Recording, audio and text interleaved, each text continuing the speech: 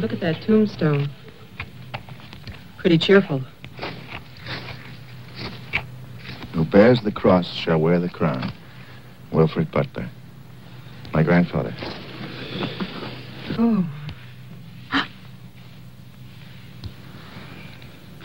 Someone left their sunglasses in the snow. They're the sheriff's.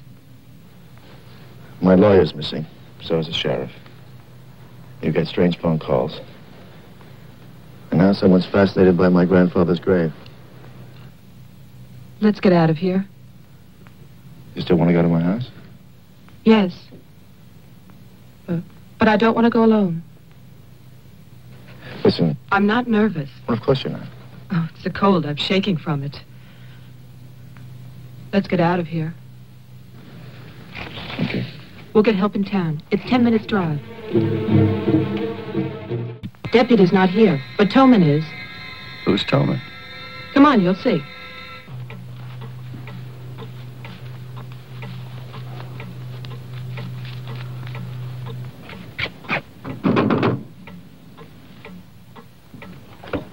Mr. Tolman, wait. No, please, I have to talk to you.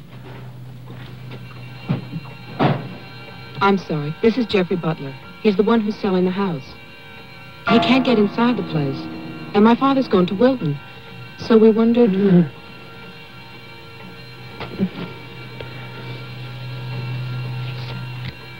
Anything wrong? He'll tell us. Tess has gone to his house. Why would she go there? I don't know. Anyway, she won't get in. You say it's locked. He says she hates the place. Would you like to drive there? Diana could stay here and lock herself in. I need a key.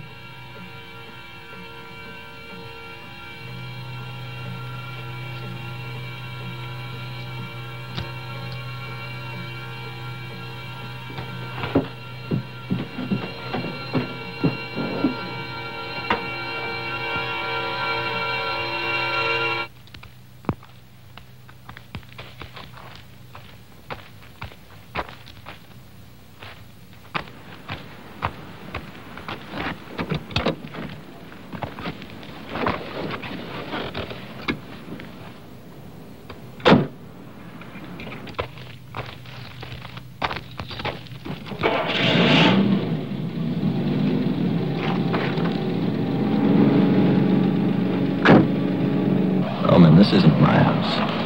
It's Tess's.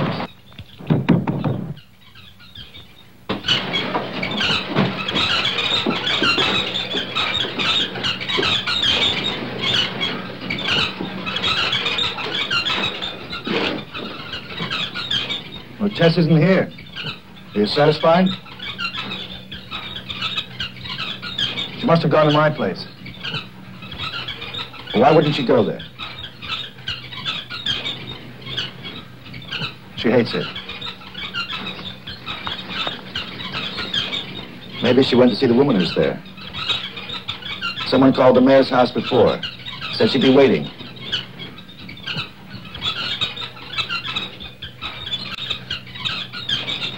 What is it?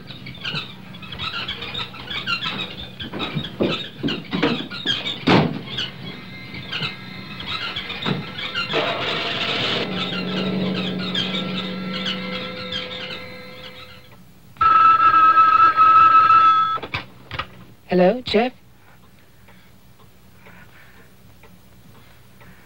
Hello? Is anybody there? Who is this? I'm Diane Adams. I spoke to you before. Bring your father to the house. This is Marianne. Tell him I have the diary. I'm waiting. Who are you? He'll know. Christmas Eve, 1935. Hello? Hello?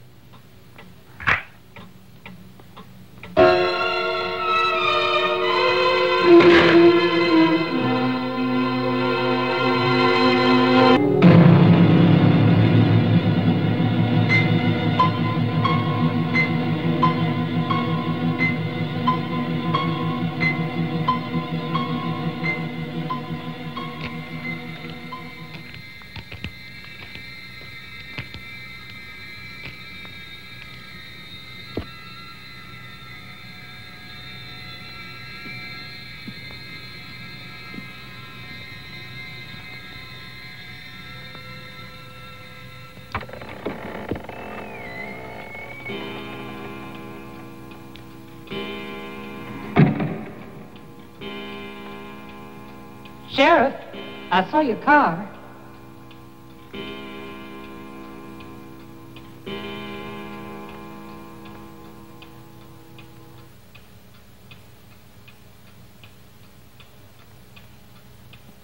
Bill? Is that you?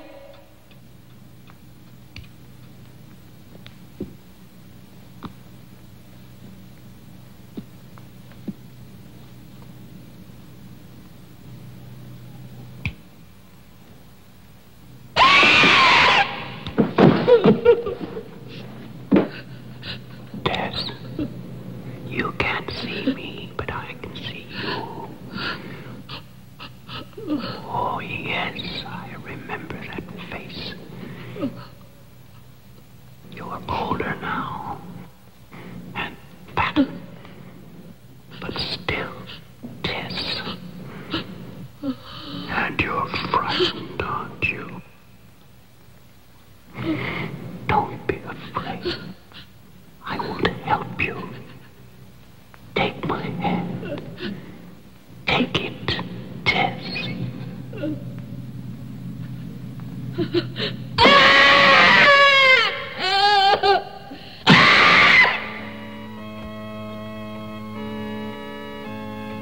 The person on the telephone said 1935, Christmas Eve.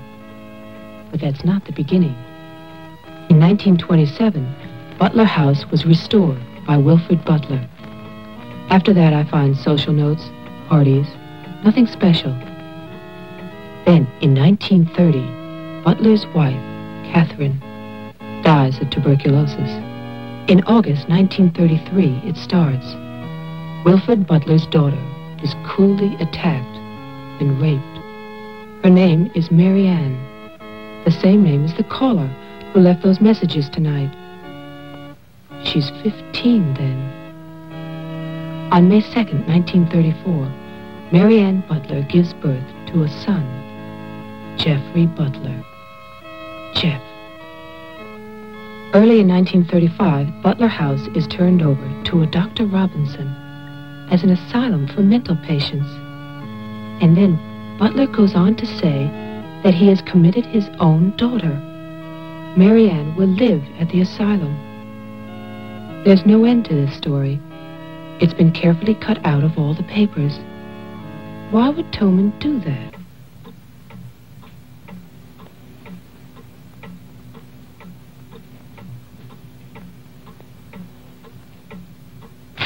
You scared me. Oh, what happened? What happened is, Tess has 40 bird cages. Tillman is hysterical. Everybody's at my house but me. It's cold outside and you forgot to lock the door. Joe, how old are you? How old am I? You mean, how many years have I lived? No. There's a lot in the paper about your family. I don't want to talk about my family. Wait a minute. There's a woman calling, and she says her name is Mary Ann. That was your mother's name, wasn't it? My mother died in childbirth. That's when I started traveling. It's not what the papers say. What's your point? I just thought that you should read something for your own good. Nothing you could tell me about my past or future would be for my own good.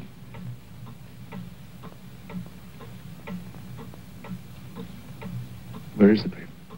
It's on the table.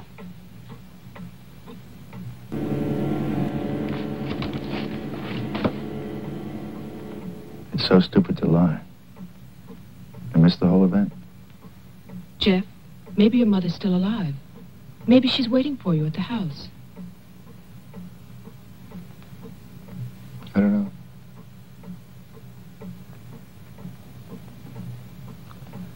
Come on. No more side trips. Let's go out there.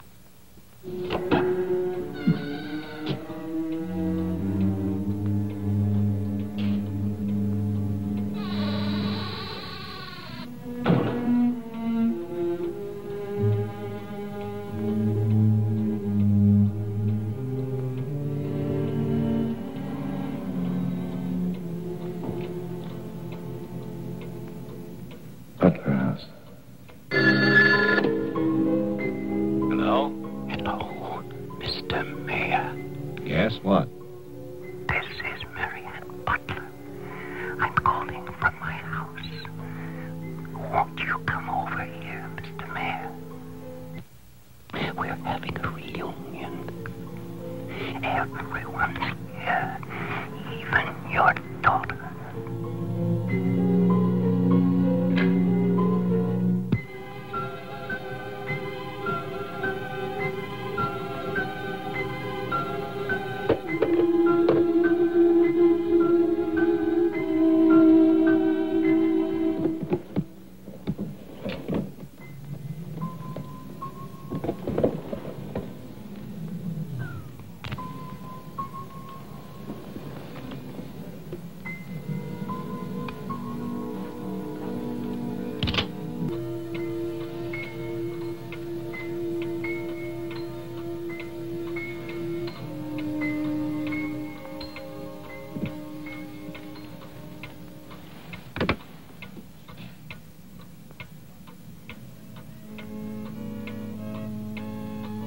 I write this knowing that no one shall ever see it.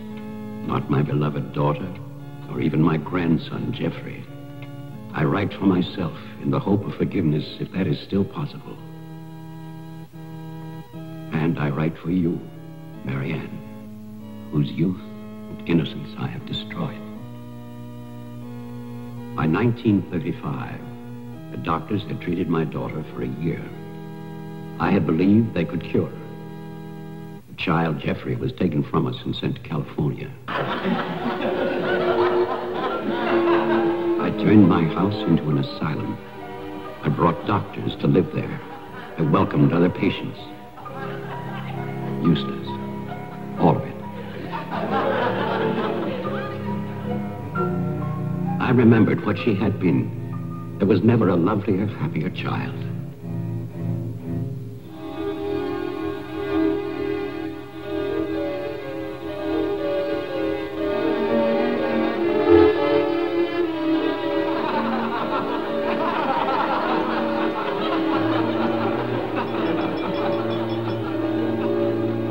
Ladies and gentlemen, now quiet, please. I propose a toast. Doctor, please. By Christmas of the first year, I knew that I must act, not for myself, but for my helpless child. Led him to create this institution. Our friend... I had no plan. All I knew was that I must take her from these men. I knew that they would gorge themselves into a stupor that afternoon. It was their celebration. I expected no less. Since they had come into my house, they had acted as if they owned it. They had behaved like poor relations, half guilty, but finally unable to control their appetites.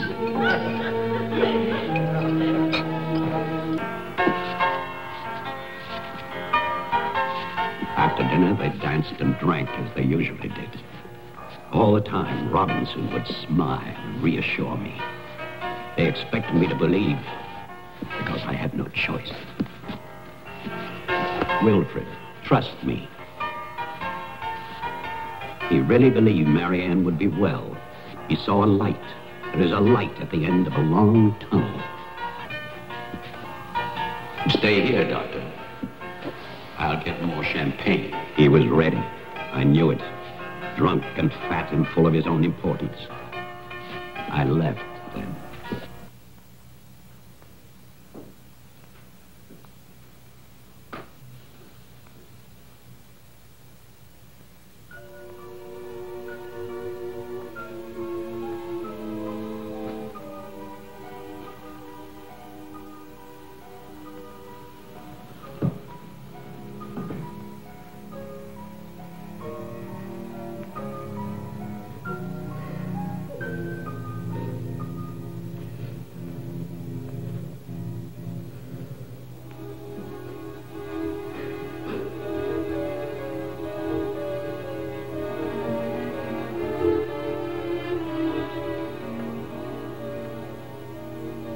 My cruelty to Marianne was inhuman.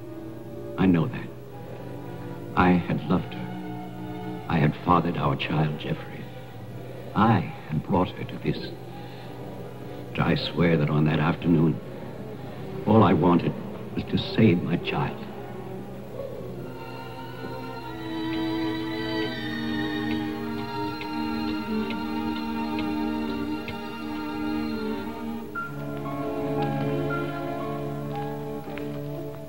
My hope was to get her away from that house. But also, I wanted to set free those other wretches who had so long been abused by the doctors. I knew what they might do if these inmates were freed. And this is my guilt. I knew. And still, I freed them.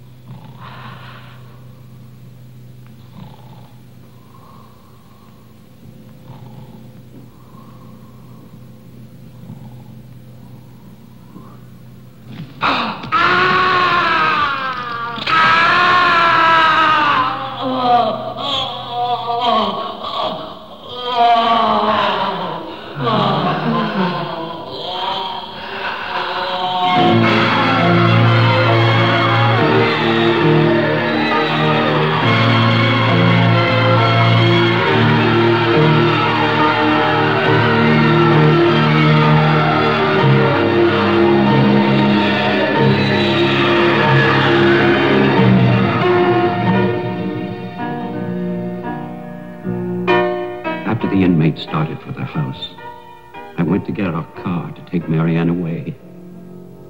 I do not know exactly when she slipped away from me. I assume that when they saw her in the dining room, the inmates believed her to be part of that household which they hated. And so, they killed her. Later, there was a celebration. And then most of the inmates fled. I don't know where. But I shall never forget what they did to my child. Since that Christmas, I have lived in prisons and asylums. Lived anonymously, as an animal. I have wandered in bitterness until all seasons have become as one. And that is a season of vengeance.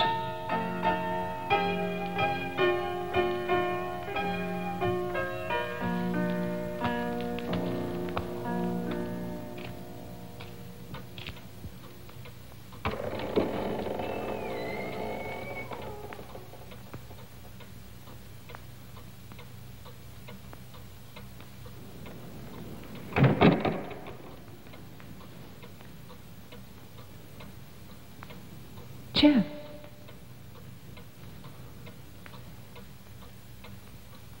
Jeff. Wilfred Butler is still alive. This is still his house. Your grandfather died in 1950. He was burned to death in this house. My grandfather poured gasoline over a squad we found here. The town wanted to believe he was dead. They still do.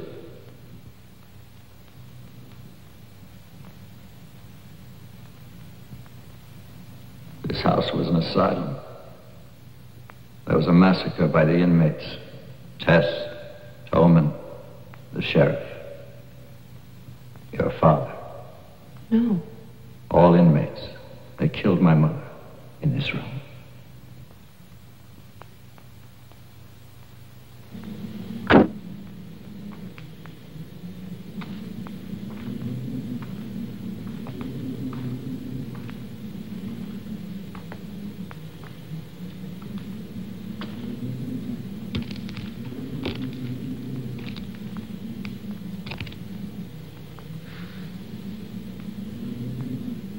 Who's that? Who's there?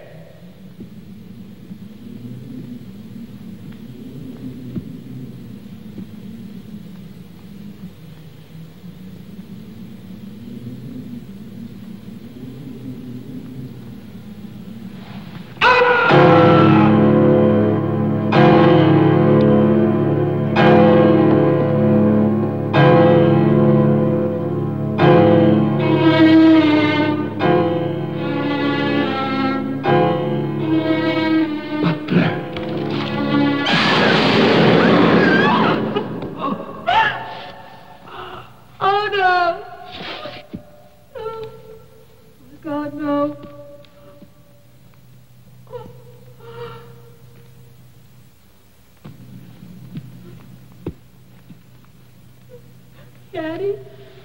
Daddy? Diane? Jeff? Jeff? No. No. Jeff, why? Why? Sorry. Marianne.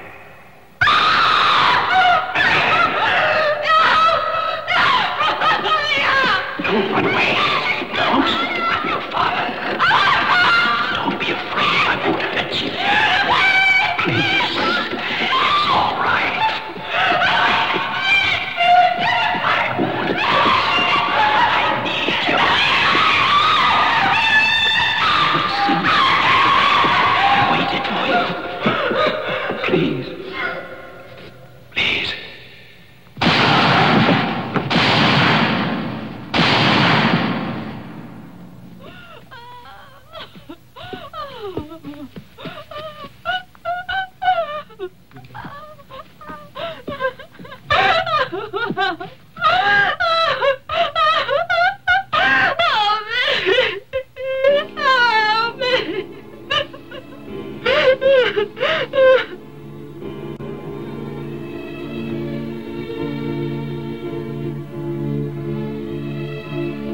I spent that night weeping. By morning, there were no more tears.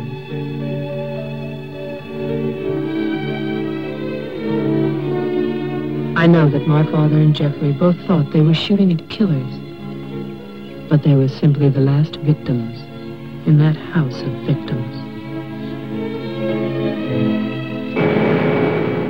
And now, a year later, they will tear down Wilfred Butler's monument. But they can never destroy my memories of what happened here.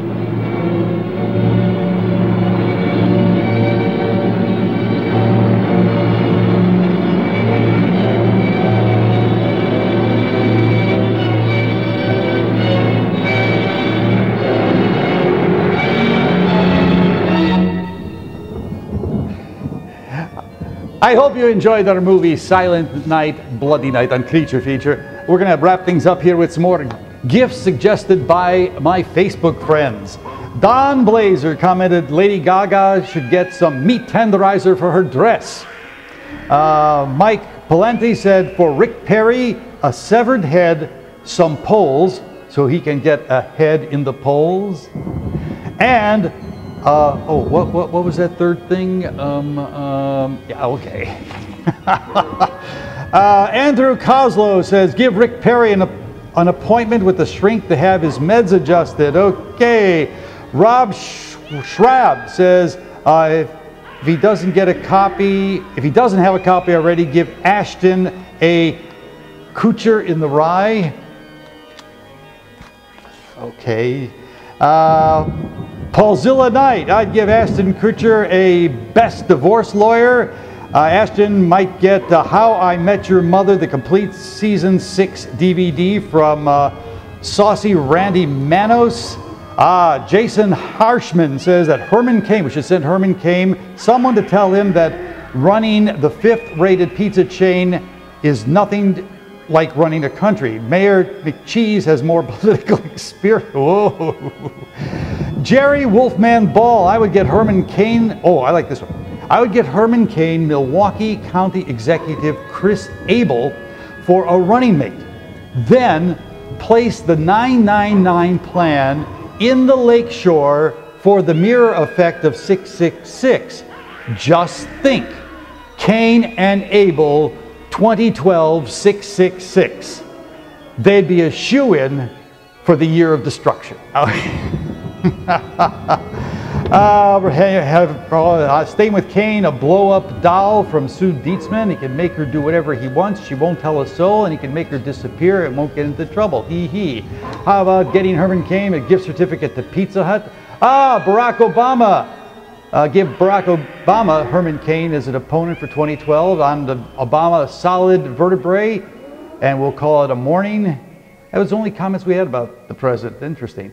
Give Newt Gingrich a spanking from Andrew Coslow. Marco Mantini said Newt Gingrich should get a polygraph machine, and we're going to end it up right here. We have a couple more. What I do with area? We're going to end it up with this one from C.W. Prather, who said, get everyone on my list that I mentioned copies of Every Other Day is Halloween, which is the movie that he made. And I'm in, and we sell. So there you go.